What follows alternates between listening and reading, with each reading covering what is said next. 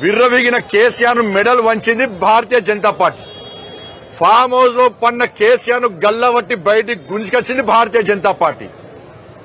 ఇలా Congress party medal వంచేది Bharatiya Janata party తప్ప BRS party కాదు. కేసులకు భయపడలే, జైళ్లకు భయపడలే, లాఠీ దెబ్బలకు భయపడలే.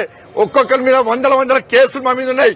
ఇలా బీఆర్ఎస్ పార్టీ వాళ్ళు పోలీసులు ఒక్క లాఠీ ఇస్తే బిల్లాపిస్తుంది అనుకొని దుబాయ్ మస్కర్ వారిపోతారు. బీఆర్ఎస్ పార్టీ వాళ్ళ కేసులకు భయపడతారు, లాఠీలకు భయపడతారు. కాంగ్రెస్ పార్టీతో కుమ్మకేరు వాళ్ళు.